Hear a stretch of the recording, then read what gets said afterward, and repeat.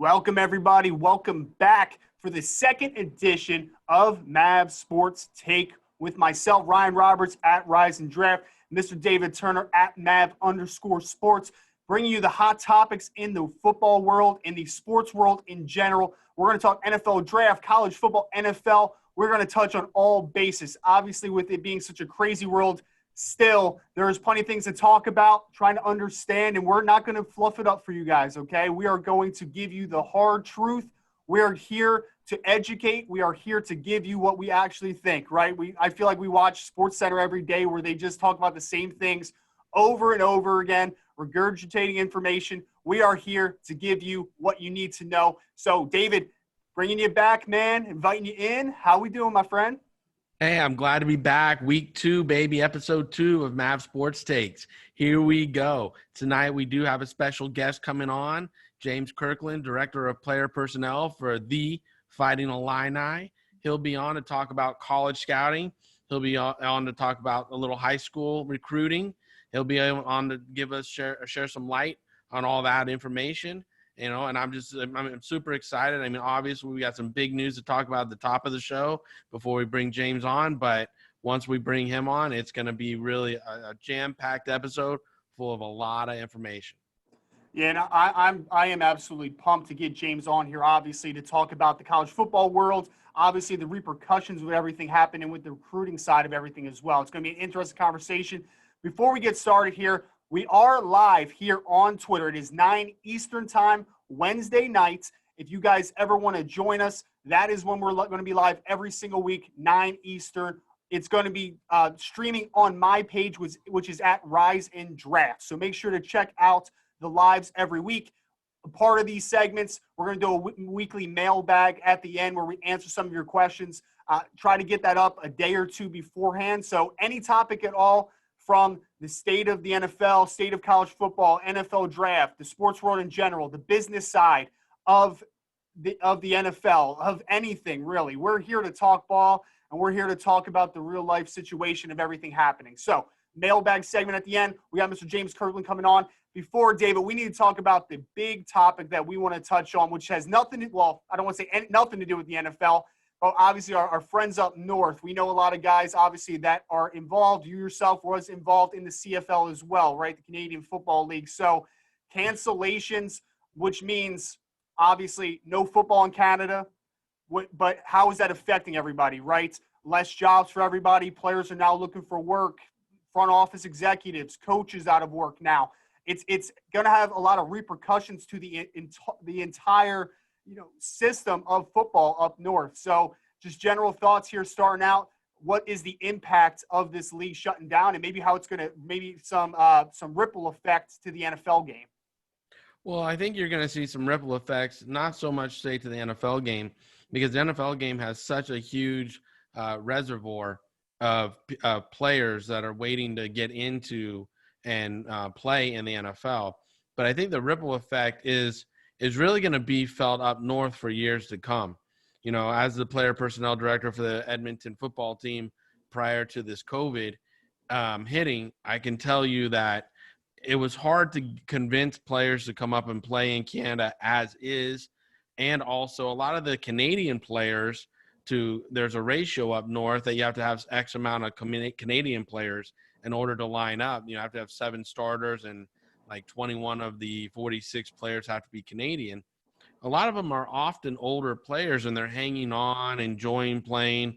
But now that they're going to have to sit out a year, how many of those older players are going to want to get back into football shape next year? How many of them are going to want to contribute next year and then what will that do to the ratio if they don't have enough players, Canadian players, to fill the ratio? The ripple effects are also going to be felt with the players down here who were training and getting ready to go up north. And again, you're not getting as much money as the NFL. So now you're going to have to sit out a year and you're not making as much money. And when you come back, it's going to be like probably into like next May before they can get up and running again. So that you're going to wait till next May to get a paycheck, almost 10 months. I don't know how many of the existing players here in America will want to wait to then go back up there and play again. And if you look just today, Scott Milinovich, the head coach of the Edmonton team, had a little article. I shouldn't call it little, actually. I should call it a pretty significant article talking about he worries about the health of the community wanting to support a football team in Edmonton post-COVID. So, we're talking where a league was last year where Montreal didn't have an ownership at all for the entire year. So the league had to support Montreal the entire time. And now you have BC Lions are up for sale. And a lot of teams lost money last year. They weren't making a lot of money. And now you're looking at a year off when they're going to make zero money. Some of the teams have asked for furloughs. Some of the teams have asked people to take pay cuts. I imagine more furloughs are coming after this decision. So what kind of staff are you going to have to now revamp rosters and revamp the league next year?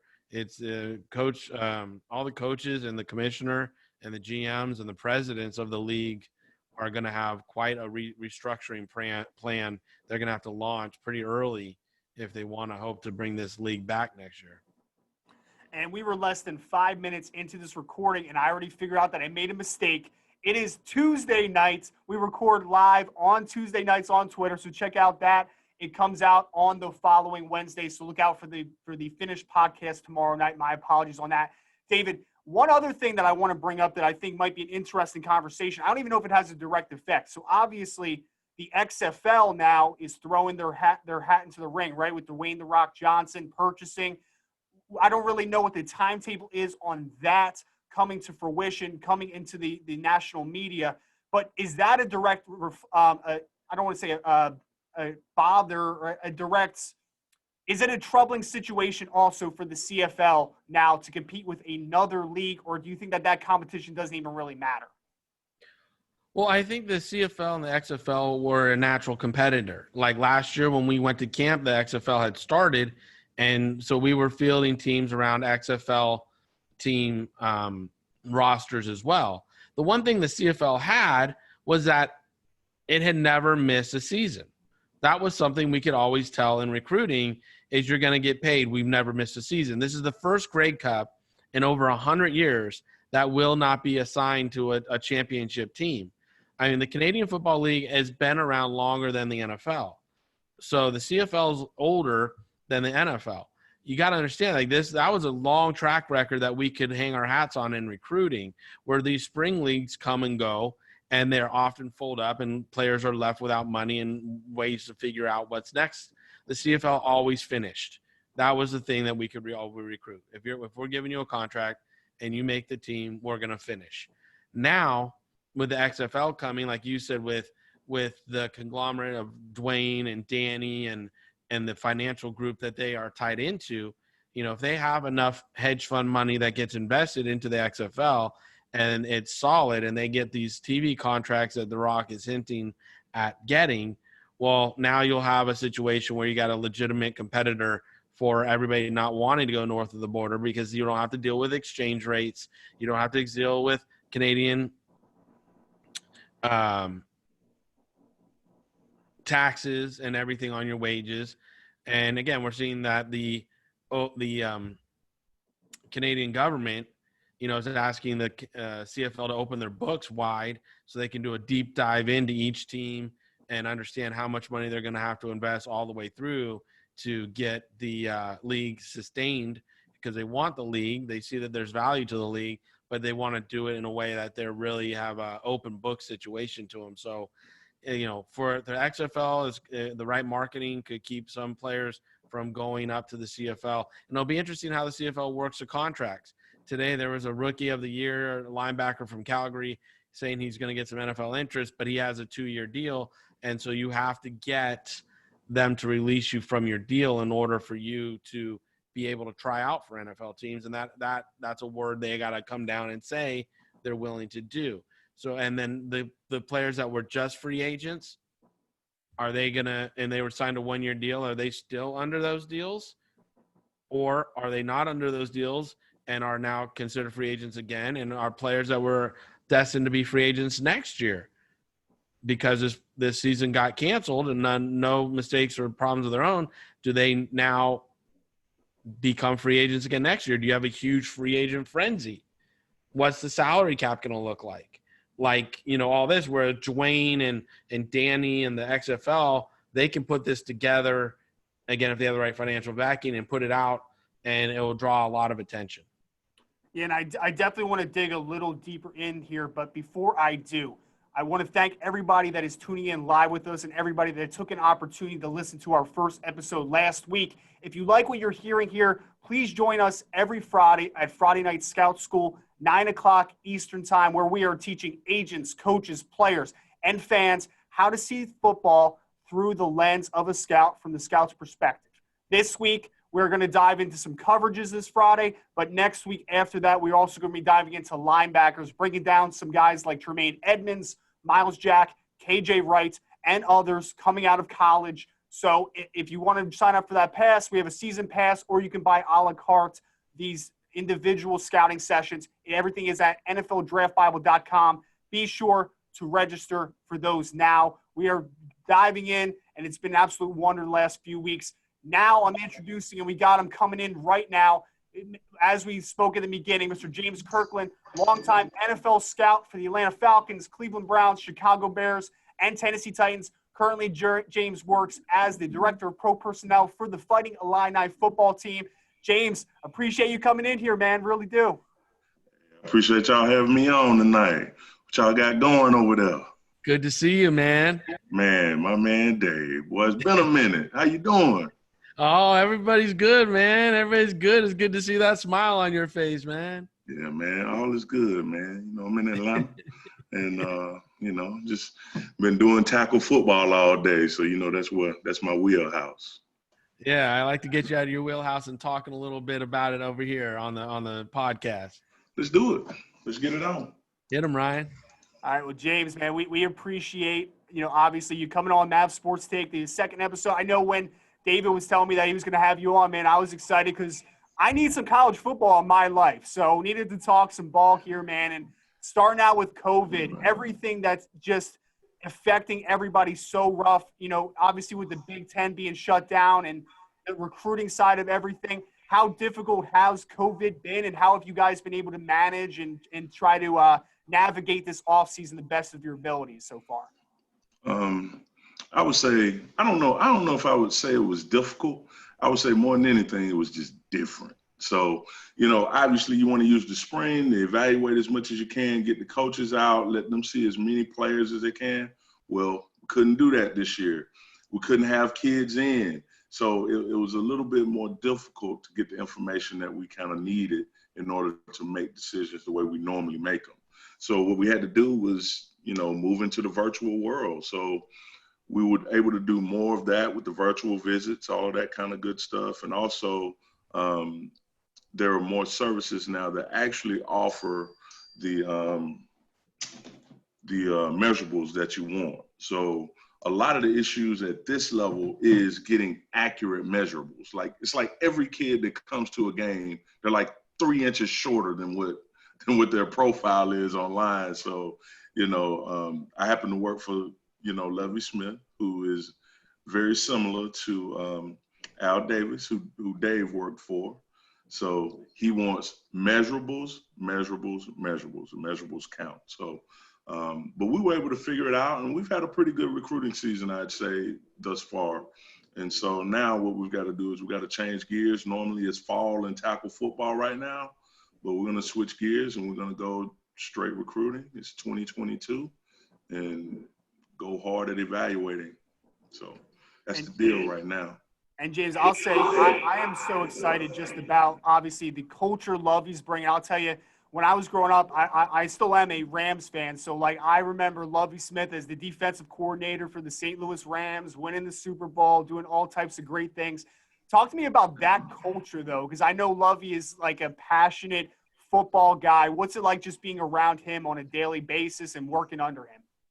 Well, I also had the pleasure of working for Romeo Crennel. And one thing I would say Romeo Crennel and Lovie Smith have in common are that they are the same guy every day. They are genuine, authentic football men. I've worked for people that, maybe, kind of work like dictators and all that kind of stuff. But Coach Smith really isn't like that. What he wants everybody to understand, this is your lane, work in your lane. That's your role, and that's how you can help us be better. Okay. At the same time, he puts you in a position that allows you to grow. When I got to Illinois, I didn't have experience as a, college director of player personnel, but all along the way, he's kind of groomed me and guided me. And when I stepped in some potholes, instead of beating me over the head with it, he said, hey, he would encourage me and help me to make the better decision the next time. So, what he brings is a steady presence. And I always say that he's a benevolent disciplinarian. Okay. Now there are things you have to do to be a good tackle football team. That's plain. Okay. So those things, he's going to enforce those things, but at the same time, he's not inhumane. He's not the type of dude that berates people.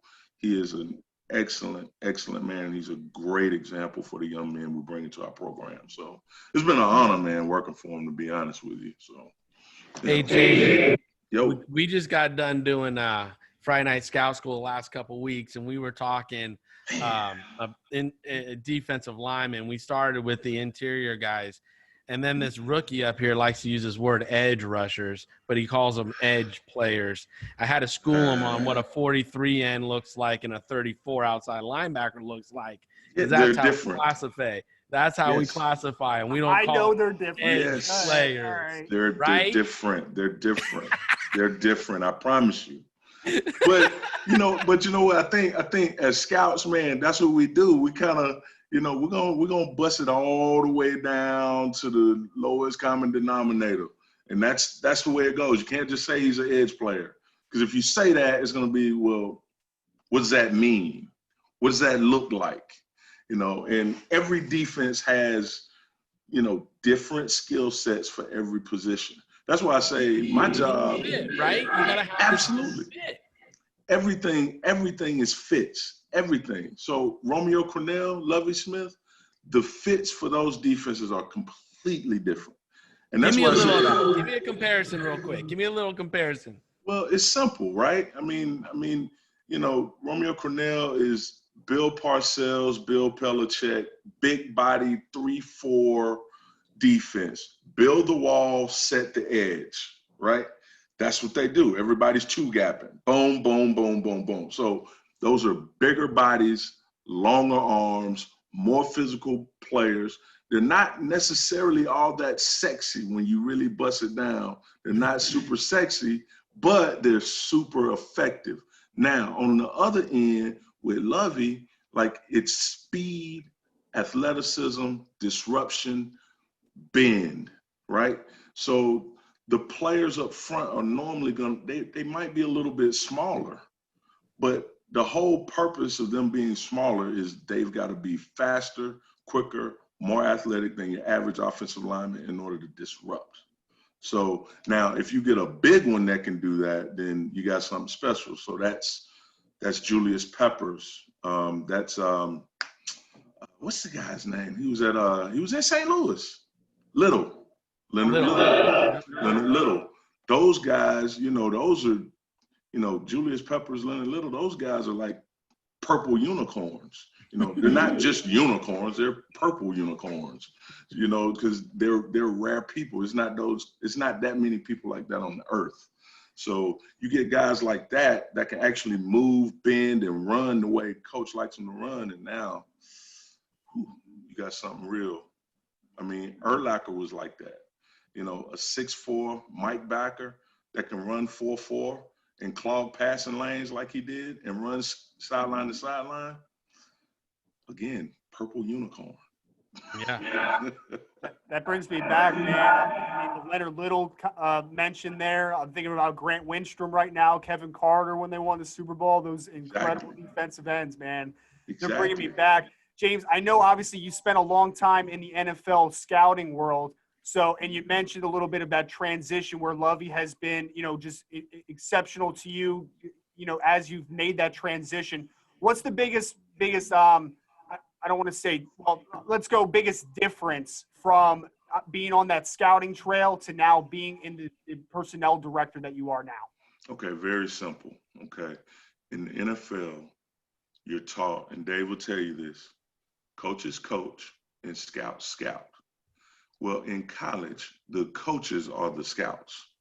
So it's a very different deal. So as I said earlier, now scouts, you want to find out everything. How does he play? What kind of person is he? What's his family background?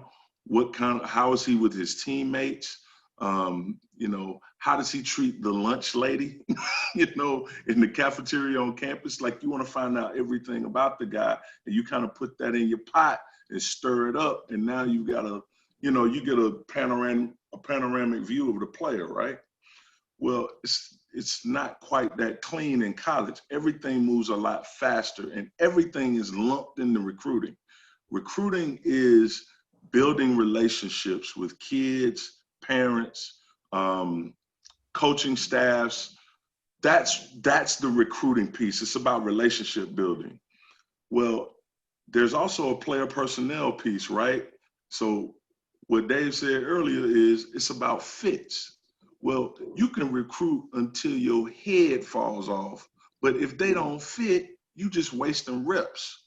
So a lot of what you have to adjust to at this level is like not knowing enough about the player before you get down the road of recruiting them, because everything happens so quickly, right? So, okay, this dude's in 7th grade and he's got Power 5 offers. We need to offer him to get in the conversation. Yeah, I struggled with that concept from the very beginning. And honestly, the best thing about the fact that I struggled with it was the fact that Coach Smith struggled with it too, right? So he's like, well, look, why are we offering this dude? He's 12, and and he doesn't know. We don't know what he is at this point. He may be a very different animal by the time he's, in the 11th grade. So it's a constant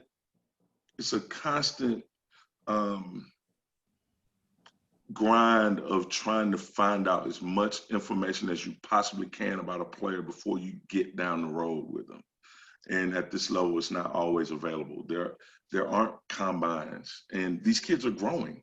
I mean, what do you say about a 15-year-old kid that ran 4.9 last summer, but then he pops up a year later and now he's running 4.6 and he's 2 inches taller? Your eval might have changed a little bit. You know what I'm saying?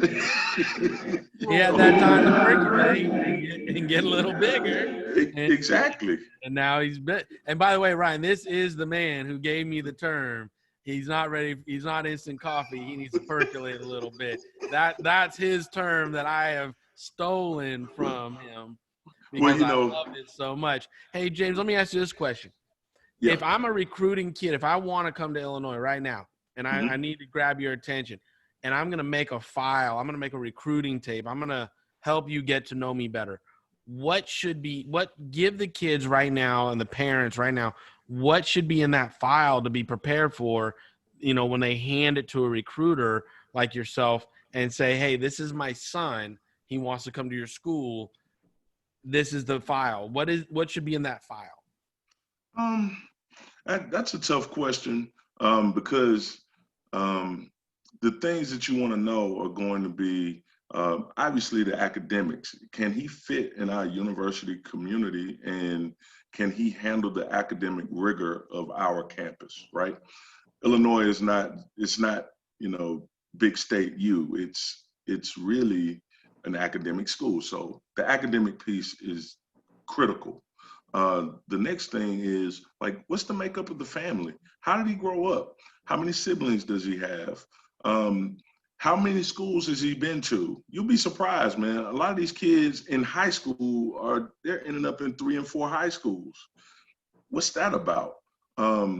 So it's more of the personal things. Now, the other piece, like I said before, the measurables.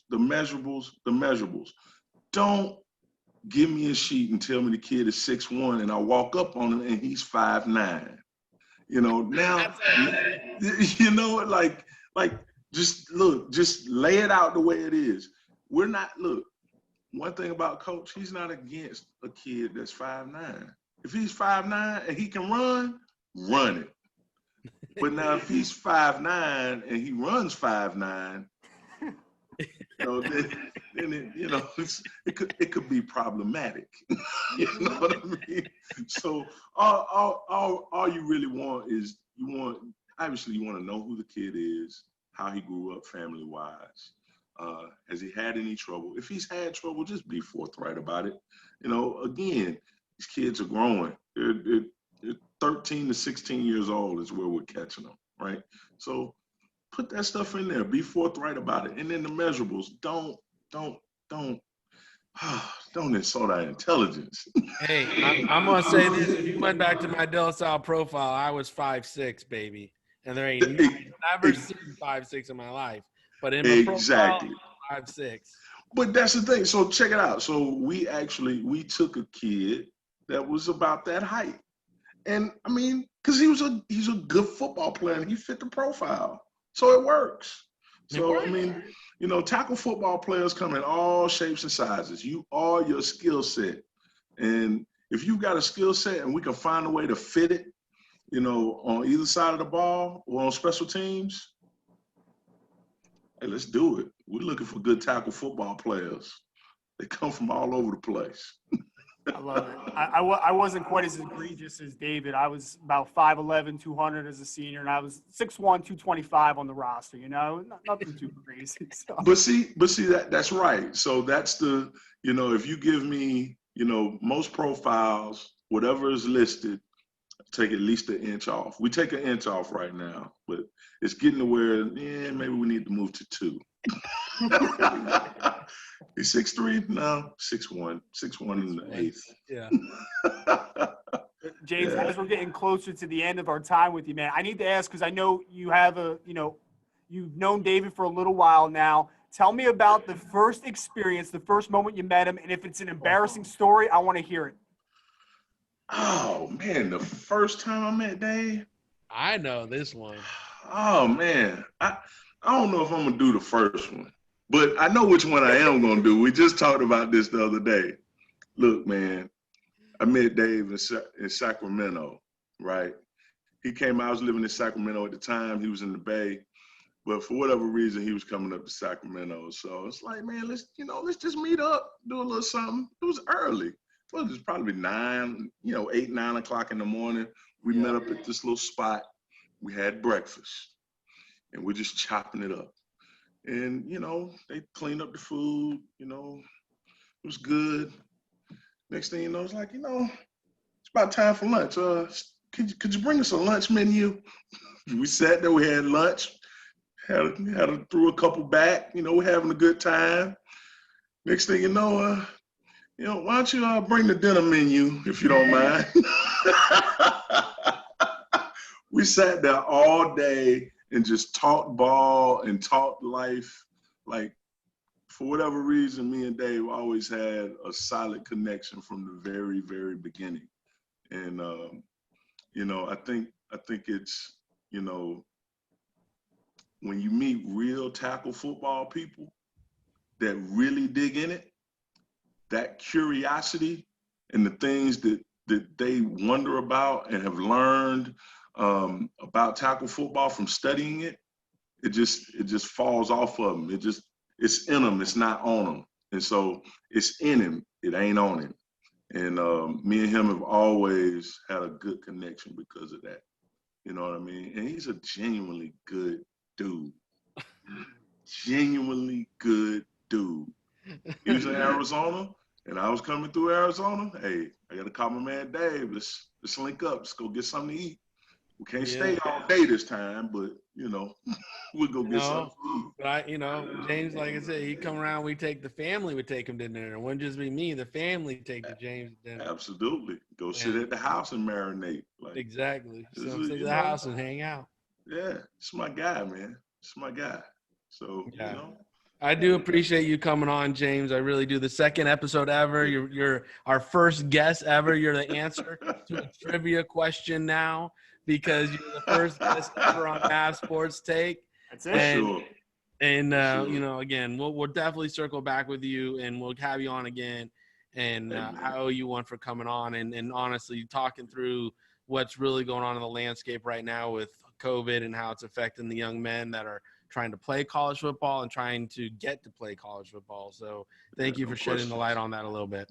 Hey, it was an honor and a pleasure. Anytime, man. Anytime. Just hit me up. I'm game. Awesome. Yeah, we appreciate it so much. Like David said, you're part of trivia now. Years from now, they're like, who's the first person to come on Mavs Sports Take? Who's the first interview ever? James Kirkland. There it is. James, there it is. Appreciate it so much, Indeed. man. We really appreciate it. Indeed. Y'all be easy. Later All right, on. big time. All right, man. Talk to you later. Later. And there we have it, Mr. James Kirkland, Director of Pro Personnel at the University of Illinois. Awesome conversation, David. That's a good person to have as the first guest, man, I would say. I'll tell you, he was kind because the very first time James ever met me, I was at my very first college football game scouting for the Raiders. I came over from the Giants. All I had done is pro scouting, so all I knew was how to do the pro stuff. I'm wandering around San Jose State trying to figure out how to do a school call. He goes, "Hey, man, you look like you're lost." And I go, "Yeah." And he sees the Raiders shirt and he goes, "Come on, let me show you." And he took me around, showed me how to answer the questions, who to talk to, everything. I mean, that man, like I tell you, that when it comes to first with him and I, we're often together. And we wound up when I moved back into the pro office at the Raiders, he was at the pro office in Cleveland, and then he went to Chicago. So this is a man that's not only like helped mentor me and be a friend and a colleague through it all, but he's obviously taught me a lot of ball. And like he said, we had an all-day conversation, and people in the restaurant were like, "What the hell are these two guys doing?" And we were just talking ball all day. It was just talking ball all day. Yeah, and we'll definitely have to get James back on sometime soon, especially with everything. Hopefully everything gets back a little bit of normalcy soon. But here at Maverick Sports Consulting, we're all helping you maximize your effort in life. Check out mavericksportsconsulting.com to find a service for you today. David, which service do you David, messing up the plugs here a little bit. David, if there's a service that you would recommend relevant for today's world, what do you feel is the service that you provide that is most appropriate for today? At Mavericks, I think what really fits into this conversation that we're having tonight is the unbiased scouting reports that we can put together for the players coming out of college right now. If they're thinking about coming out early or foregoing their senior year, if they're thinking that they want an unbiased opinion, they can ask Mavericks to do it. We do those scouting reports for them. If they're an agent right now that is trying to recruit a player and needs a scouting report done on a player, they can ask us and we'll do it. We have two levels of scouting reports. One's just evaluating this film, writing up skill set, and sending it back to them. And then we also do a deep dive, as you heard James talk about. We will interview the player. We will get to know his injuries. We will get to know all about his family, and we will write up a full detailed report on the player all the way through, like I would do at an NFL level or a CFL level, a director-style report to help them out. I think those are the service lines that are most relevant to today's world, with so many players wanting opportunities, looking for opportunities. So many agents are being asked to start supplementing incomes and stuff earlier than they would in the past. Is it really someone that they're going to recuperate that income from? All that kind of stuff is the one service line I would spotlight tonight to say, come take advantage of it. And we have 13 service lines, obviously, on our website. Check them out. Feel free to peruse and ask questions. That's what we're here for. Yep, asking questions and educating. Like we said, we've said this for many weeks, many months now. It's an uncertain world, so please make sure that you put the right people around you to best educate yourself and make the best decisions possible moving forward. Moving in to the mailbag section of tonight. As every week is the same, we want to talk a little bit about some of the questions that we have. Before we get to the first one, though, David, we were talking about the CFL getting shut down, the effects that it can potentially have on a bunch of different people.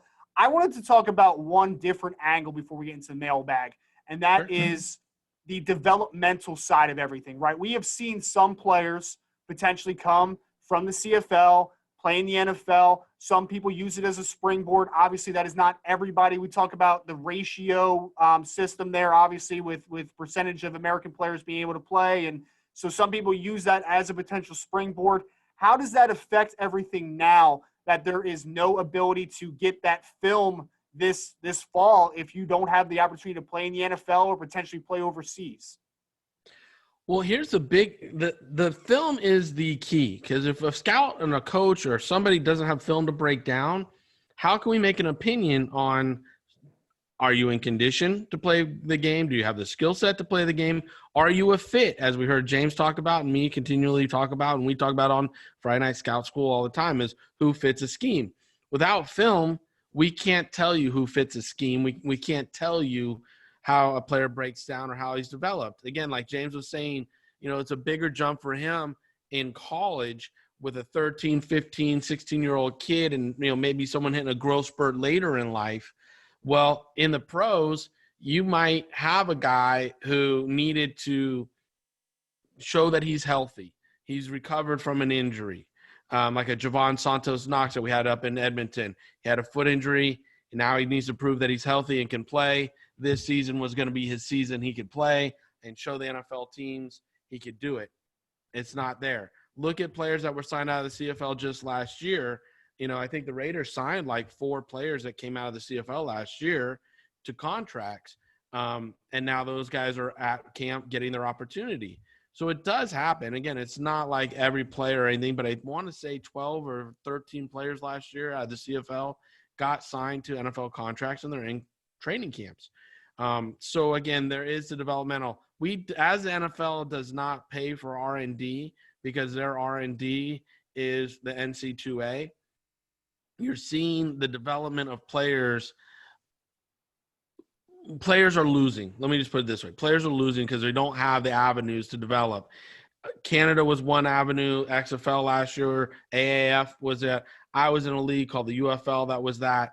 Until the NFL really makes a solidified effort to invest in a league to develop and pay for some, research and development, I just don't know if their avenues post-college are really going to be there for these young men. And it's a shame because you have guys like Kurt Warner who were undrafted, went to NFL Europe, went to the Arena League, and then went back up. I mean, again, when I was in the Arena League with the Arizona Rattlers, we had guys like Michael Huey, Derek Dennis, Sir Vincent Rogers. Now, Derek Dennis and Sir Vincent Rogers are 2 of the best tackles in the CFL. And they started at the Arizona Rattlers. That was their start. So, there's just not enough leagues that can support the supply. And it's a shame because some of the great stories that I've ever been around were some of the developmental guys that really worked hard and didn't have everything given to them. And they fought to stay on the team just an extra year, just an extra game. And that hunger is what we all fell in love with those players. So, as far as development, I think we're losing a year, maybe even 2 years of development with what's going on with the COVID. Yeah, and you mentioned a guy like Kurt Warner, right? Like, he was one of my favorite players growing up. My dad's a Dolphins fan. He was a huge Cameron Wake fan. I know he was tearing it up, obviously, up north before his incredible career. So, obviously, less opportunity. I feel like we keep just, hammering that concept, but, like, the amount of opportunity that has been cut from a lot of people this draft cycle, now into this summer, now into fall, it's tough. We talked a little bit last week, obviously, about opening up some tryouts for different teams and all that type of stuff in certain parameters. So some things are improving. Obviously, there's many more hurdles to get over. Moving into the mailbag, and like I said, at Rise and Draft, every week there's going to be a post that you can throw a mailbag question in here, anything, sports world related. Well, I mean, I'll even talk anything other than sports, but, NFL, college football, NFL draft. Business. Side. Yeah, let's talk the business of football, team building. I Right. mean, all that stuff's wide open for everybody to talk about. I mean, we're here to give you a peek behind the curtain, guys. Don't just say, where do you think this player is going to play? You can hit ESPN, okay? They'll tell you about that. You really want to know what's going on? You want to know behind the curtain? Spend some time thinking about a question you've always wanted to learn and ask it, because that's what we'll do right here, right now.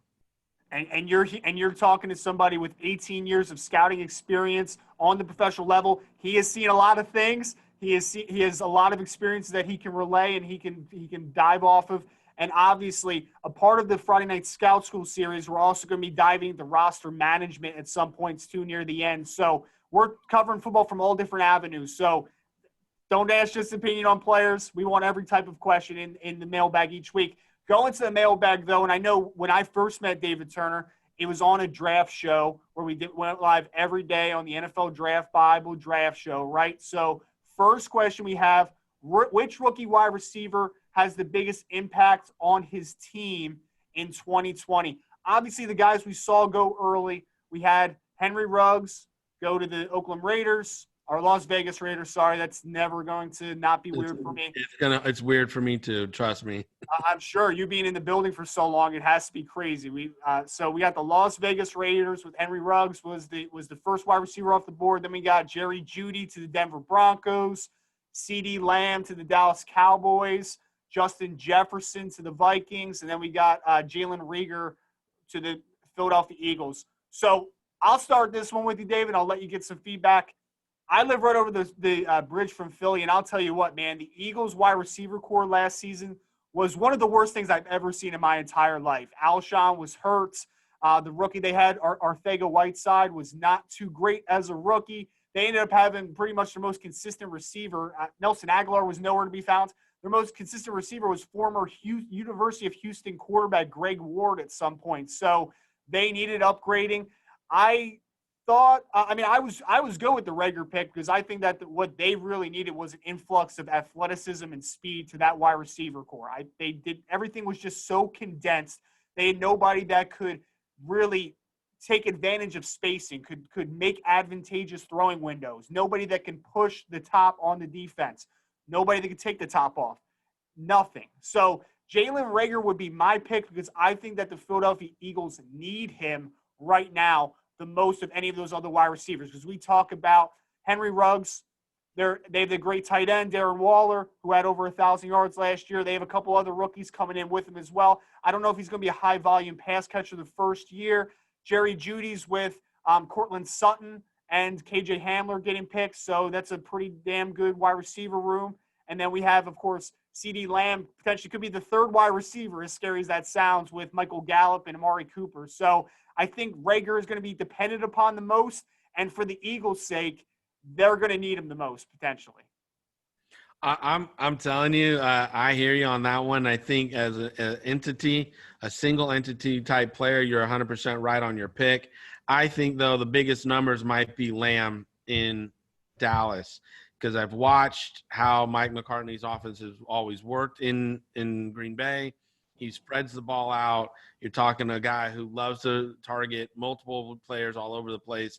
And with Cooper, Gallup, and Lamb, you're going to have a triple-headed monster there that really, I mean, that will have a lot of weapons around him now. But, again, if you go back to those days where Aaron Rodgers and Brett Favre were in Mike's system, you know, you often saw at halftime 9 different receivers being targeted, 7 of them having catches, you know, and running backs being mixed in and everything else. So, you know, having those 3 guys there, I think Lamb, you know, again, like you said, could be the third receiver, but he might wind up with the gaudiest numbers because the other 2 will draw some attention, especially early. And then Lamb can really, I mean, his skill set is amazing. So. Yeah, so I need to throw out a shout out. I need to give some plug to the people asking the questions. So that was from Seth Mitzel. Thank you so much again, Seth, for the question. David, I want to talk about this, though, a little bit off of that question, because I think it's an interesting conversation. So why I like CeeDee Lamb's fit in Dallas so much is because we have Amari Cooper, who's kind of the speed demon, insane route runner. We got Michael Gallup, who's kind of the smooth operator, can threaten deep a little bit, but I really consider him that intermediate route runner that can really attack the middle of the field. And then we have CeeDee Lamb, that is the yak guy. He's the guy that wins at the catch point. He's that big body wide receiver. Even though he's 162, he plays a lot bigger than he actually is. So when I'm looking at this, how important into the wide receiver evaluation when you're specifically for a team does that attribute come into effect, as in does how the pieces fit together come into the conversation, or is it more that you're going to make the pieces fit together and you want the best possible wide receiver, not necessarily if it fits perfect per se? No, you always hear me talk about scheme fit matters. Scheme fit matters. Now, again, you can overinvest in a certain fit, which then causes you a deficit at other positions. And so let's just stay with the receivers. If you overinvest in an X receiver, the big body guy, as I like to call him, the big body guys, the Devin Funchesses of the world, and you have too many big body guys, and then you have some injuries, and you don't have enough guys that can route run or move inside. They don't motion well. Now you're going to wind up having problems when injuries start happening along the road, because not every player is going to play every game in the NFL in a normal year. So you have to really look at scheme fit and what your coach wants. Now, again, you can't, like Greatest Show on Turf, most of their receivers were 6 foot, 6'1"-ish, but they were so fast and quick in and out of their cuts. The speeds were ridiculous. So, but again, ultimately, Belichick bodied him up. He pressed them, told his guys to be physical with him, and disrupt the timing, and that's what worked to defeat him. So again, you got to understand the scheme of your coaches and the pieces. Norv Turner, who I've been with in 3 spots, one of his best receiving corps had guys that could run at every level. So he had guys like Alvin Harper who stretched the field. And then he would have, the playmaker coming in, catching balls all over the place, right? Michael Irvin, right. And then you would have Novacek running routes. You had the fullback, Johnson Moose coming out of the backfield, and Emmett could even catch. So you had 5 guys that could catch all over the place. If you break down Peyton's offense, when Peyton was up at the Colts, you had Marvin Harris, Reggie Wayne, Pollard, Dallas Clark, and, Stokely. Yeah, Stokely. Yep. Right. So that's what I'm saying. Like, you find the pieces that fit. You try to fill in the gaps around it with some you might have like the X, the Y, the Z, the wing, the W, all that filled in. And then you find replacements that might be more of a jack of all trade that can fit in when someone gets injured, can play on teams, be your return guy, things of that nature. So as your team building, your scheme fit has to matter. And more important, what are they asking that receiver to do? If your offense is a run after catch team, then you have to make sure every receiver you bring in the building has an element to run after the catch and be elusive in the open field. If you're a route running team, then every receiver you bring in the room has to be an excellent or very good route runner and catch the ball. And even if they get hit and fall down, it's okay, because that's what your quarterback coach or offensive coordinator, your head coach wants, is a guy just to get open, get the pass, move the chains, chop wood, go downfield. So that's where scheme matters, and then understanding the position specifics matter when you're scouting and building a team. Man, I'll tell you what, David, this is a great podcast for me because we were mentioning St. Louis and now Los Angeles Rams. Don't get me started on that, but we're talking St. Louis Rams all day. Lovie Smith, obviously, in the interview with James. We were talking about Leonard Little with him a little bit, and then you throw out the Greatest Show on Turf. That is literally my childhood, man. I remember 9 years old, Mike Jones tackling Kevin Dyson at the 1-yard line. But then you had to throw in Ty Law in the New England Patriots beating them up in the Super Bowl. I hated Ty Law for the longest time, so don't appreciate that one, David. But I'll take what I can get, I guess, right now. So. Yeah, anytime you want to throw it back, baby, we could talk football all day. I love it. I love talking ball. I'll just bring up Jamarcus Russell at some point. Let's not do that. No, let's not ever do that again. Like, let's not do that at all. We'll get serious real quick. Oh, no. It's a good thing you're thousands of miles away from me. There's nothing that can actually happen, so that's good. Oh, man. All right. Next mailbag question. It's a two-parter. I'm going to break it up into two because I think we could have a really good conversation about either side here. So it's about the 2021 NFL draft, but they're asking about offensively players that you can build around. So obviously when I'm looking at that, I'm like, Trevor Lawrence. Is there an answer other than Trevor Lawrence? Like if there's a player that I'm trying to build around, right? And if I am picking high in the draft, quarterback, obviously, right? So my question to you, David, is Trevor Lawrence the guy for you early on? And then maybe second, if there's not a quarterback in this crop, is there a player or just position in general that sticks out for you that's the most vital for your offensive success? I'm not going to sit here and pretend like I've done a lot of work like you have. You've seen so many more guys with what your job is at the Draft Bible. I've been currently working more with the street free agents at my ANC, trying to get them opportunities and viewing those guys. But I will say this: you don't build a team around any other position than quarterback. I mean, you just don't. I mean, you need to build that offense around the quarterback. If you don't have one, you're wanting one, and if you do have one, you need to fill the roster around them. And if you go back and look at Super Bowl winning teams and do the digestion of those quarterbacks, they had weapons around them. I mean, Brady always had Gronk and Hernandez and Moss and just Welker, Edelman. Yeah, Welker. And there were players there that it wasn't like he was shopping and cooking a meal from scratch. He had guys. They might not have been the best, the fastest, whatever, but man, he had guys that helped win championships with him there. So, that's something you got to look at. I mean, if you have a defensive headed coach, you're going to find they'll build more around the defense, but they still want a good quarterback. Everybody wants a good quarterback. So in this year's crop coming out, I think there's a few interesting quarterbacks. I mean, I'll bow to you on that, but Trevor seems to be leading the field right now. And, if you're a betting guy, he's the top pick for next year. But I mean, without a true season to evaluate, like I said, James, how many times have you seen a guy go away for his junior year in college and come back 10 pounds heavier, or maybe lose 5 pounds of baby fat and get rocked up a little bit, and you get to know him a little bit more. You get to see his work ethic and how much football really matters to him, because that junior leap to the senior leap, that senior, when they know it's their last season in college football.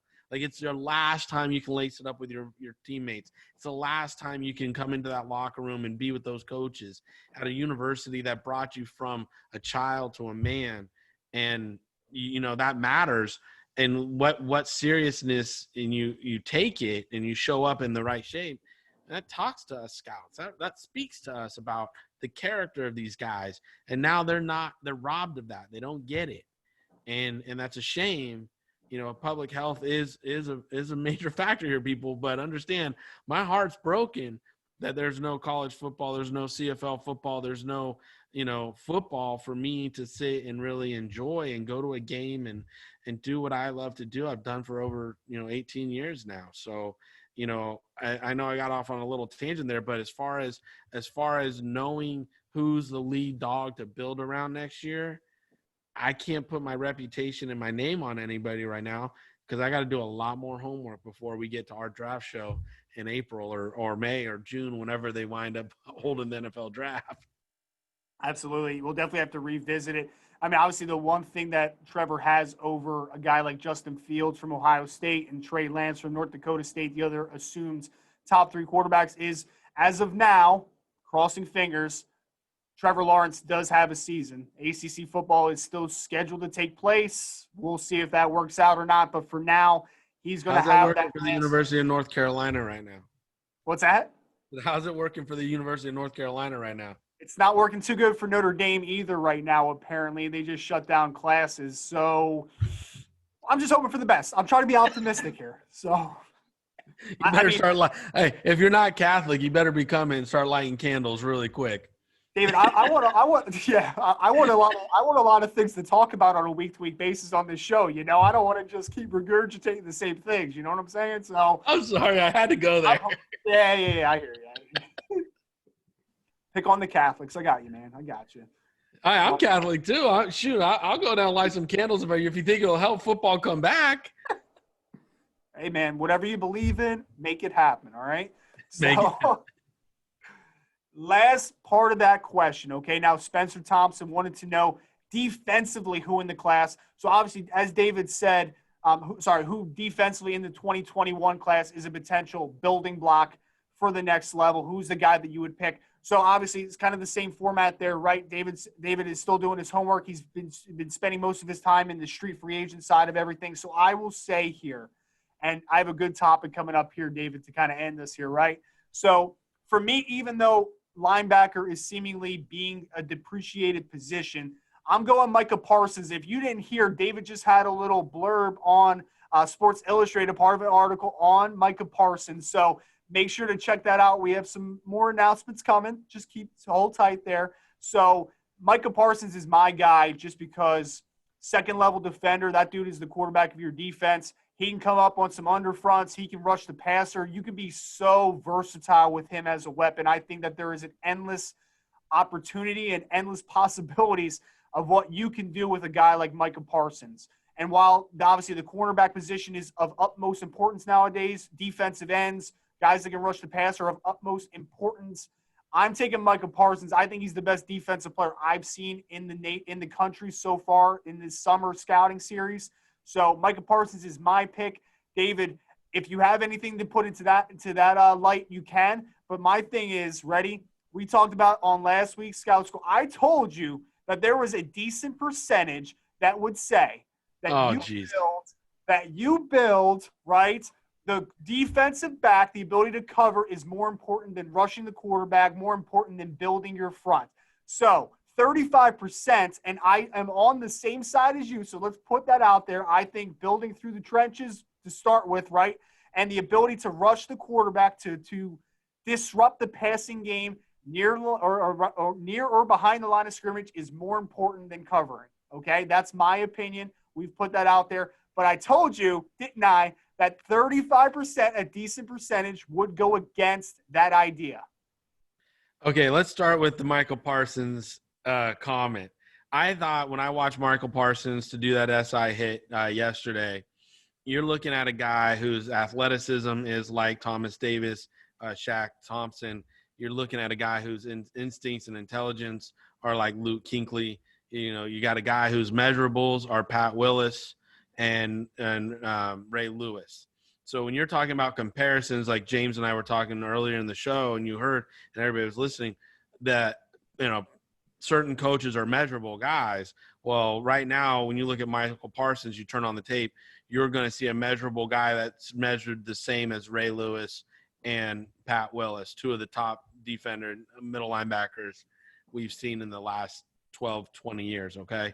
Then you go and you watch him and how his first step is instinctive. He finds the ball. He's not a read and react guy. He's a downhill player. He's going and attacking the line of scrimmage at good angles. He's slicing behind blocks. He's working over top. When he engages with blocks, his hands are violent. He's disrupting and shedding with a purpose. You know, it's really impressive to watch this young man work. And then, like you say, you pointed out, Michael Parsons can cover backs out of the backfield. Are you kidding me? He can do all this, and he can cover backs out of the backfield man-to-man. So you're looking at a 3-down starting linebacker that is special. So with Michael Parsons, you know, we talk about the offense and building it around the offense. This would give any defense a Mike linebacker for, you know, the next 2 contracts at least. So at least 7-8 years. So if you chose him early and you built a defense around him, you would be a very happy team going forward. Now, for all the silly individuals who think that covering is more important than harassing and getting a quarterback off his spot and making him throw at arm angles that aren't natural and moving it around to have to go sidearm, having to go flick of a wrist, having a tip ball, having a guy come from backside, they can't see him, and just slash down on a shoulder and now make him skittish and have his eyes drop. You are fooling yourself because you can only cover so long before a receiver is going to get open.